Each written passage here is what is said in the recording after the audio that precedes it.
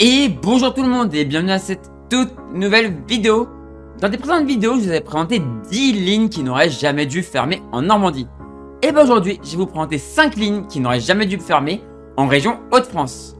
Je remercie tous ceux qui sont abonnés à cette chaîne, ça m'aide énormément, vous êtes les big boss. Et si vous l'avez toujours pas fait, n'hésitez pas à vous abonner pour ne rater des prochaines vidéos. Petit point avant que la vidéo commence, je vais quelquefois critiquer une société. Voilà. Je ne critique pas les gens qui sont sur le terrain. Voilà. C'est pas les gens sur le terrain, c'est les décideurs que je critique. Qu'on s'entende bien là-dessus. J'ai beaucoup de respect pour les gens qui sont sur le terrain. Par contre, les décideurs qui font n'importe quoi dans les bureaux, ça a le don de m'énerver un peu, quoi. Voilà. Maintenant que le point est dit, on peut commencer la vidéo maintenant.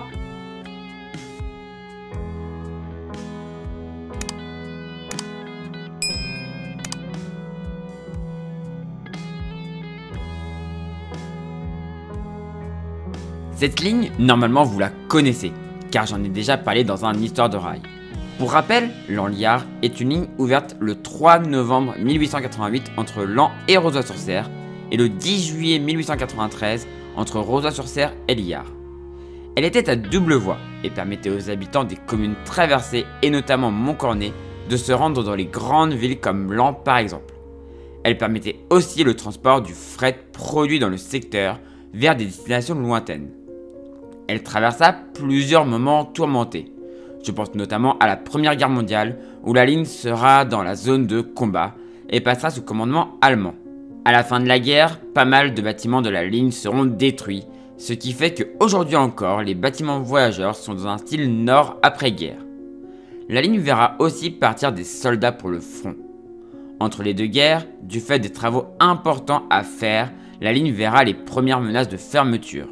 Mais ce ne fut heureusement pas le cas, et la ligne fut refaite. Puis, ce fut la Seconde Guerre mondiale, où la ligne sera encore pas mal abîmée, et du coup, à la fin de cette guerre, on reconstruira la ligne à voie unique pour limiter les coûts. Malheureusement, les années 60 seront terribles, et un combat commencera entre les usagers et la SNCF, qui a décidé de fermer la ligne. Des manifestations avec des slogans chocs ont lieu à Laon. Malheureusement, ce combat est perdu et le dernier train de voyageurs roule le 28 septembre 1969. Les opposants à la fermeture bloquent symboliquement le dernier train. Pendant ce temps, la SNCF se paye la tête des usagers en publiant un communiqué qui les affiche dans les gares. On peut y lire cette phrase. La Société nationale des chemins de fer français a l'honneur d'informer la clientèle qu'elle soumet à l'administration supérieure la proposition ayant pour objet d'assurer par autobus le service voyageurs, bagages et chiens de la ligne. Vraiment, on est à un niveau de foutage de gueule vraiment violent. Malheureusement, le fret s'est aussi arrêté entre Rozoy-sur-Serre et Liard le 24 février 1974. Puis, à cause d'une personne qui a eu la magnifique idée de merde de créer une société de transport de caravanes par route, le trafic fret qui transportait justement les caravanes sur la section Montcornet-Rozoy s'est arrêté et la section de ligne est fermée le 30 mars 1994. Aujourd'hui, la ligne est une VUTR entre Laon et Montcornet. Elle voit passer en majorité des trains de céréales. Les saletés de cars continuent de remplacer le train et la partie Montcornet-Liard est un chemin de randonnée. Je suis convaincu que cette ligne aurait de l'intérêt, notamment la section Laon-Montcornet et même jusqu'à Rozoy. Cette section permettrait aux personnes vivant à Montcornet et Rozoy, qui sont des petites villes qui comptabilisent à elles deux 2000 habitants, dont certains partent travailler à Laon. Et là, dans le calcul, je ne compte pas les gares intermédiaires avec les petits villages. Malheureusement, ces villes perdent des habitants, mais on le sait, quand le service de transport n'est pas bon, une ville a du mal à se développer. Le projet de train léger pourrait être une solution pour cette ligne qui, de toute façon, est entretenue pour le fret. Donc autant s'en servir aussi pour les voyageurs. La partie vers Liard serait plus compliquée à refaire, même si elle aurait aussi son intérêt, notamment pour rejoindre Laon et Charleville-Mézières en direct. Malheureusement, cette ligne est à l'image de ce qui se faisait à l'époque et se fait encore à certains endroits aujourd'hui. On décide de fermer une ligne et on n'écoute pas les usagers. Mais j'avoue que la façon dont ont été traités les habitants de ce coin de l'Aisne qui ne voulaient pas que cet endroit devienne un désert qu'il est devenu maintenant est juste odieux. Ça me dégoûte.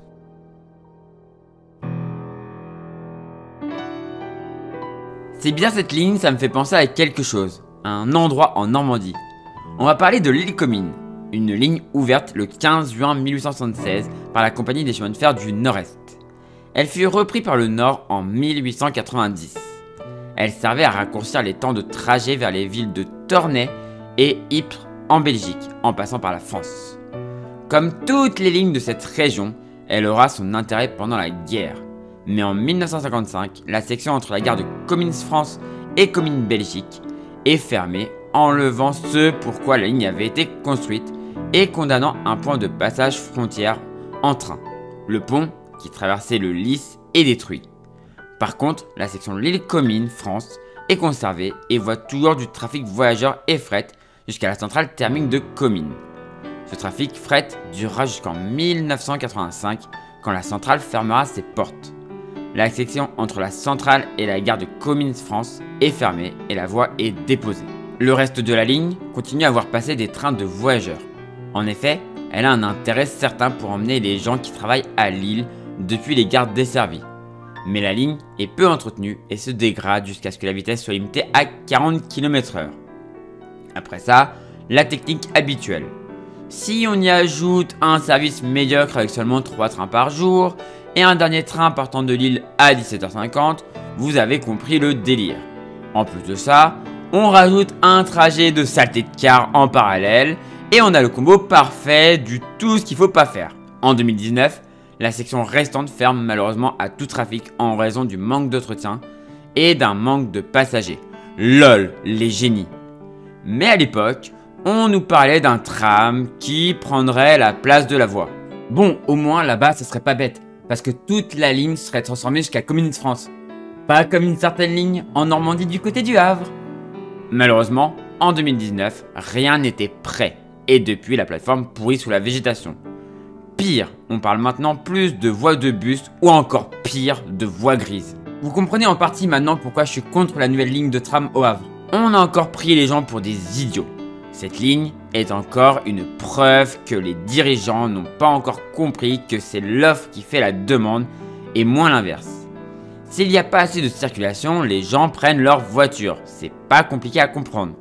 Et en plus, mettre des cars en parallèle de la voie ferrée, c'est ridicule. Cette ligne aurait tout intérêt à réouvrir, si on veut moins de voitures dans les villes. Mais on ferme des voies ferrées qui permettent aux gens d'aller travailler facilement. Elle dessert quand même une ville de 12 000 habitants, à savoir Comines, dont un certain nombre doivent aller travailler à Lille. Malheureusement, le fait qu'on commence à nous parler de voies grises est mauvais signe, car les politiques vont y voir l'occasion d'aller pomper un max de subventions en dépit de l'intérêt qui serait d'améliorer les transports en commun, car même s'il y a un certain nombre de vélos taffeurs, une majorité des gens, si on leur enlève le train, vont prendre la voiture, car plus rapide et avec moins de contraintes que le car.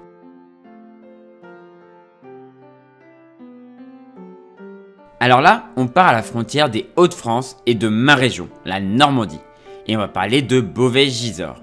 Elle est ouverte en août 1870 entre Beauvais et Goincourt, puis le 3 juillet 1875 pour le reste. En fait, la section Beauvais-Goincourt appartient à la ligne Beauvais-Gournay-Ferrières que j'ai déjà traitée dans un vieil histoire de rail sur ma première chaîne.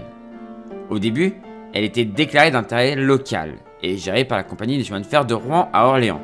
Mais un an après l'ouverture, elle passe à la compagnie des chemins de fer du Nord, puis le 20 novembre 1883, elle passe d'intérêt général. Son intérêt était de relier les grandes villes que sont Beauvais et Gisors afin de permettre de meilleurs échanges voyageurs, mais aussi fret entre ces deux grandes villes. Elle permettait aussi de rejoindre la vallée de la Seine depuis Beauvais facilement en prenant la ligne Gisors-Pont de l'Arche. Pour cela, un raccordement direct avait été aménagé pour éviter les têtes à queue à Gisors. Avant la Première Guerre mondiale, il y avait 5 trains omnibus dans chaque sens en plus du fret. Le trafic voyageur fut réduit à 2 allers-retours pendant la Première Guerre mondiale. Pendant cette guerre, on commence à mettre la ligne à double voie pour faciliter les transports militaires. En effet, Beauvais est un peu en arrière du front, mais les travaux ne sont pas achevés à la fin de la guerre, et ce qui avait été fait est enlevé rapidement. Malheureusement, le trafic ne revient pas à ses niveaux d'avant-guerre, et seuls 3 trains omnibus roulent dans chaque sens jusqu'au 6 mars 1939 où le trafic est remplacé par des... Non, je vais être gentil aujourd'hui, on m'a dit de pas m'énerver. On m'a dit que parfois j'étais vulgaire. Du coup aujourd'hui je vais être gentil. Ça a été remplacé par des saletés de cars. Oups, sorti tout seul.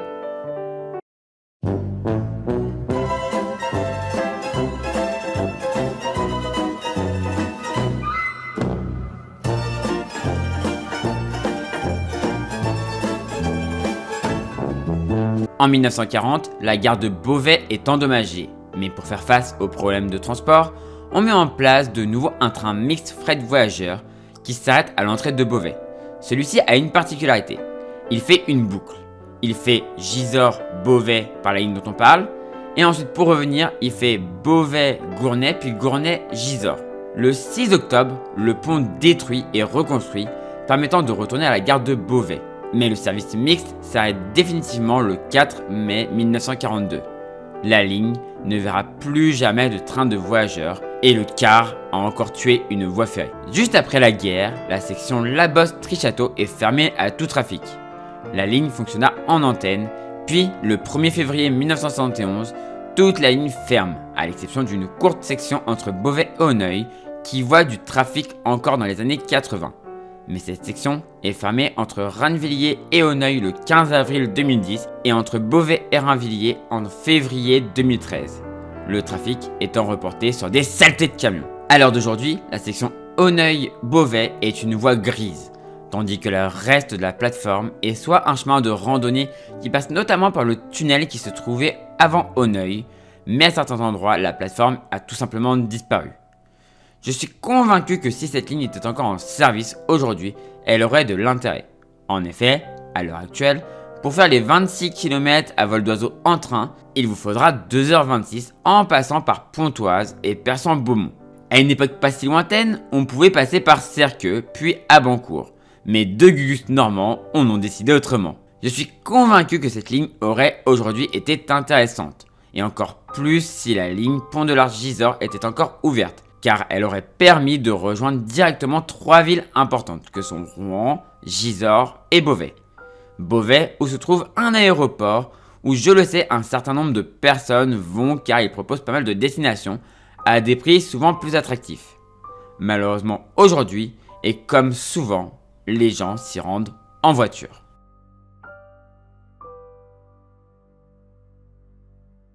On va encore parler d'une ligne qui passe en Normandie, même si la majeure partie de son tracé est en Hauts-de-France.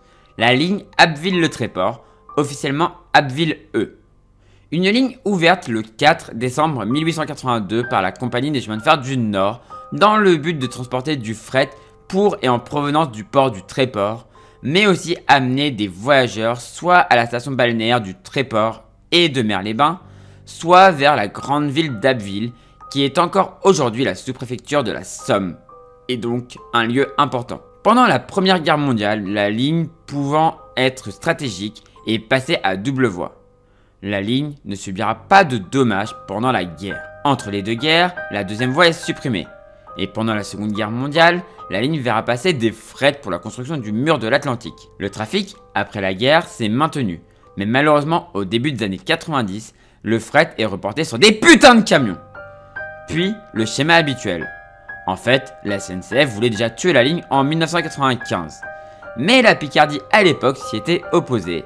Et la ligne vit passer pendant encore de nombreuses années des omnibus Abbeville-Le Tréport, mais aussi pendant l'été des trains plaisir en provenance de Laon via Amiens. Malheureusement, la SNCF, qui en avait rien à faire de cette ligne malgré ses 900 passagers quotidiens, a fait un entretien minimum sur la ligne, ce qui a mené à la classique baisse de vitesse pour mauvais état de la voie, puis une fermeture en 2018. De plus, depuis les années 80, les évitements présents dans certaines gares avaient été supprimés. Et je vous le donne en 1000, pour compenser, on a mis des saletés de cars. Quand je vous dis que c'est quasiment toujours le même schéma, vraiment c'est quasiment toujours la même chose. Malheureusement, depuis 2018, la plateforme est peu à peu envahie par la végétation. Les barrières de PN ont été démontées. Les gens se battent pour sa réouverture qui coûterait 140 millions d'euros. Ça fait 7 ans que la ligne n'a plus vu de train. 7 ans que les gens se battent pour la faire réouvrir. La région semble ok, ça change de la Normandie hein, mais le budget semble poser problème. Malheureusement, la ligne n'a pas été intégrée dans le plan État-Région 2024-2027. De plus, les coûts ont semble-t-il été gonflés avec des traditionnels travaux qui servent à rien, comme des suppressions de passages à niveau pour y mettre des ponts ou des tunnels, par exemple. Malheureusement, comme pour la ligne Lille-Comines, la région est victime des décisions de la SNCF, contrairement à la Normandie qui ferme volontairement des lignes. Pourtant, cette ligne voyait passer pas mal de voyageurs et avait pas mal d'intérêt, notamment l'été où elle a mené des habitants d'Abbeville, de Amiens et de Laon directement au bord de la mer. Elle permet aussi aux habitants de Eu, Le Tréport et Mer-les-Bains d'aller travailler à Abbeville qui est un bassin d'emploi important. J'espère vraiment qu'un jour, on reverra un train sur cette ligne.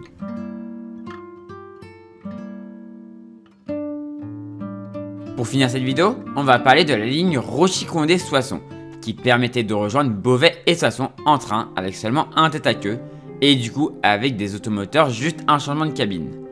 La partie Beauvais-Rochy-Condé, qui appartient à la ligne Creil-Beauvais, est ouverte en 1846. La ligne Rochy-Condé-Soissons est ouverte le 3 octobre 1876 entre Rochy-Condé et rue Saint-Pierre. La rue Saint-Pierre, Clermont le 11 février 1878, Clermont-Bois-au-Lius le 15 avril 1879, Bois de Lius, Compiègne le 12 mai 1880, puis Compiègne-Soissons le 9 juin 1881. La partie Compiègne-Soissons est construite sur une plateforme pour double voie. La deuxième voie sera posée du fait du succès de la ligne. Pendant la Première Guerre mondiale, la ligne se trouve très proche du front. Elle fut par conséquent fermée entre Compiègne et Soissons.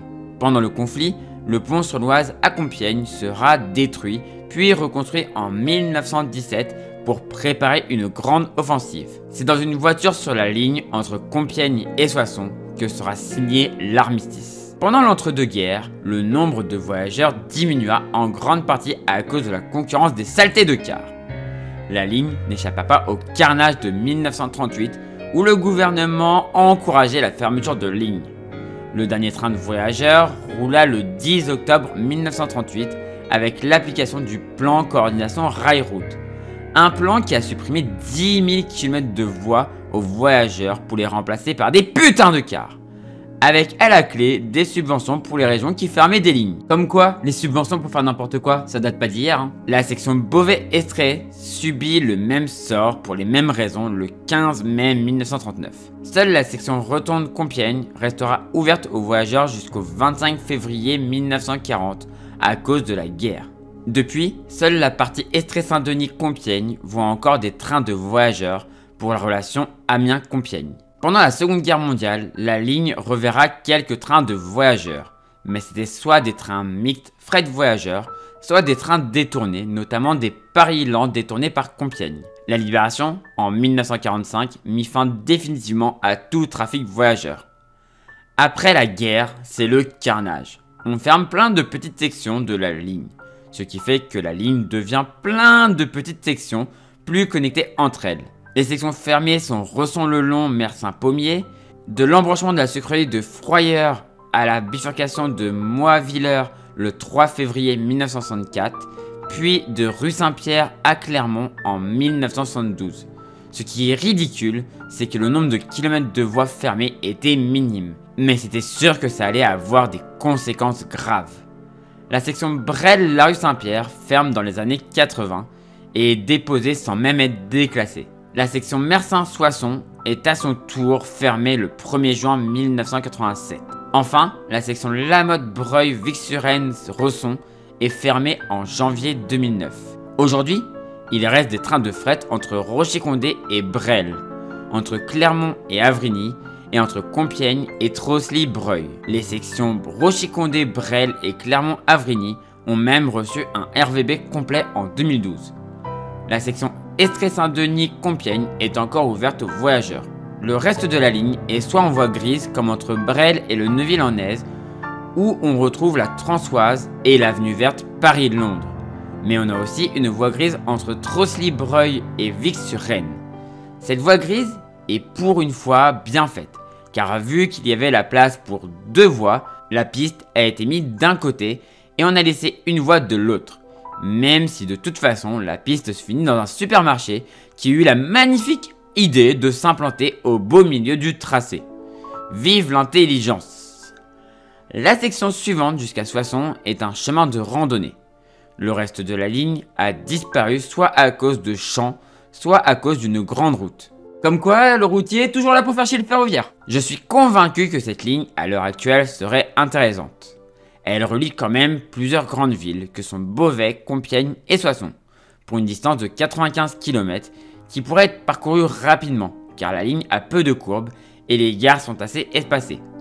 Aujourd'hui, pour faire un Beauvais-Soissons, il vous faut 3 heures en passant par Paris-Nord, alors que par la ligne, il aurait fallu actuellement, je pense, environ 1h30 à 2h max, en comptant environ 10 minutes pour changer de côté à Estrée-Saint-Denis. C'est 1h17 actuellement pour Beauvais-Compiègne, avec un changement à Creil pour 53 km à vol d'oiseau entre les deux villes. C'est entre ces deux grandes villes que le ratio est le moins intéressant, car le détour par Creil ne représente que 7 km de plus.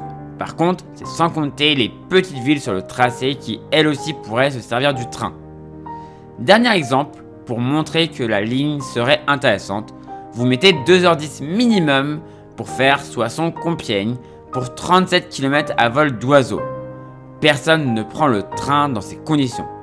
Pour finir, cette ligne peut en plus, comme elle l'a déjà montré, être un itinéraire de détournement, ce qui n'est absolument pas négligeable. Cette ligne a malheureusement été une des nombreuses victimes d'une époque très sombre pour le ferroviaire. Voilà, c'est la fin de cette vidéo. Si elle vous a plu, on n'hésite pas à faire briller le pouce en l'air, on n'hésite pas à commenter et à partager. Et je remercie encore tous ceux qui sont abonnés à cette chaîne, ça m'aide énormément. Vous êtes les big boss, et si vous l'avez toujours pas fait, n'hésitez pas à vous abonner pour ne rater des prochaines vidéos. Je sais qu'il va y avoir beaucoup de commentaires, je pense, sur cette vidéo. C'était un peu défouloir. C'est du Toria, quoi. Je sais qu'on va encore me dire que je suis vulgaire. Je sais. Je sais, mais bon, voilà. Allez, moi je vous dis à la prochaine pour une prochaine vidéo sur cette chaîne, ou sur une de mes autres chaînes, ou pour un live sur Twitch et YouTube, Toria la chaîne. Et du coup, ciao tout le monde. Ciao, ciao, ciao. Ah oui, je suis en live aussi sur TikTok et Instagram en même temps. Ciao.